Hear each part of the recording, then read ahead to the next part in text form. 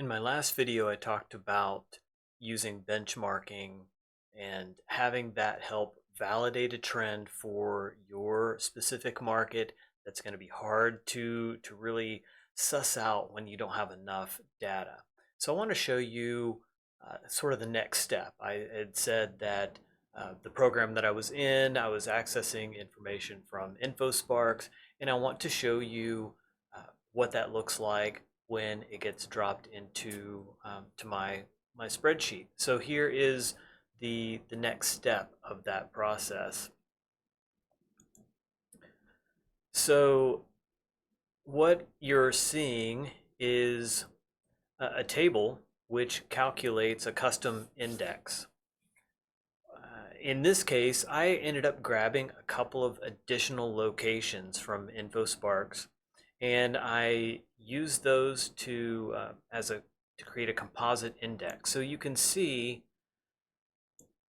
that this is what my graphical display here looks like when I'm looking at my index, and this gives me a little bit more to help me uh, to understand really what my market's been doing.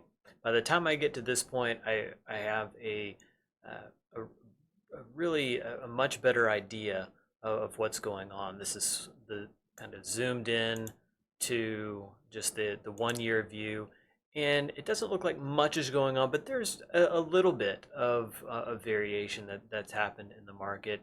The bigger variations just a little over a year ago when things took a little bit more of a dip.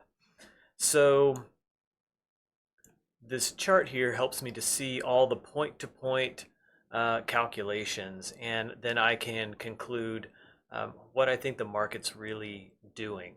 And in this case, um, there's at the top peak in the spring, my interpretation is that prices were maybe just a slight bit higher, maybe 1% higher. And I don't actually have any comps that are old enough to be in the trough here, in this that you can see in this graph.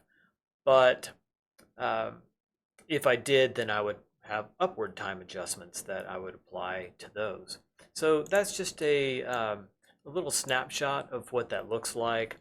And there's a little bit more going on here. I actually have a screen here where this is where I drop in the data. I do just a tiny bit of modeling on it, and then this is the screen where I really look at what's going on overall. It's interesting on this particular one, if you can see that year over year, there was a 3.4% increase. Well, year over year, we're looking at something more closer to the trough down here relative to where we're at this moment. That's not particularly helpful because the last 10 months really haven't seen an increase. If anything, there's been a slight decrease in prices during that time frame. So that's why just looking at long periods of time, looking at just a linear year over year number isn't always helpful. So anyway, just wanted to give you a look, just a little bit of a snapshot of the next piece after I have sort of found my benchmark and validated that trend, and then I can grab the data that's in the background and do a lot more with it than what I could ever do in InfoSparks. Now you're probably, many of you are probably asking, what is InfoSparks? I've never heard of this. You should look and see if it's available through your MLS. I've been told that 80% of appraisers have access to InfoSparks. It's not always called InfoSparks.